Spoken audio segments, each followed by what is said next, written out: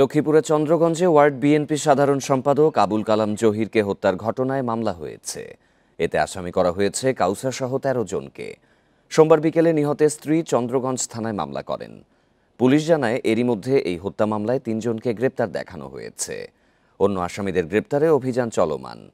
গত শনিবার রাতে চন্দ্রগঞ্জে বিএনপি নেতা আবুল কালাম জহিরকে গুলি ও কুপিয়ে হত্যা করে দুর্বৃত্তরা। খুন হওয়ার আগে সামাজিক যোগাযোগ মাধ্যমে একটি ভিডিও পোস্ট করেন জহির।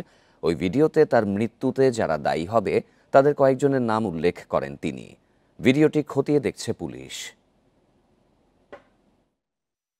মৃত্যুর মতো কোনো দুর্ঘটনা ঘটে তার জন্য প্রথমে আমার চাচাতো ভাই খোরশেদ, দ্বিতীয়তে ছোট কাউসার ও তাদের ৩ ভাই, তৃতীয়তে শাহ আলম ও তার 2 ছেলে বা মইমুন, হত্যার বাড়ির স্বপন, এসপি বাড়ি আলমগীর ও সেলিম আমার এই দুর্ঘটনার জন্য দায়ী থাকবে।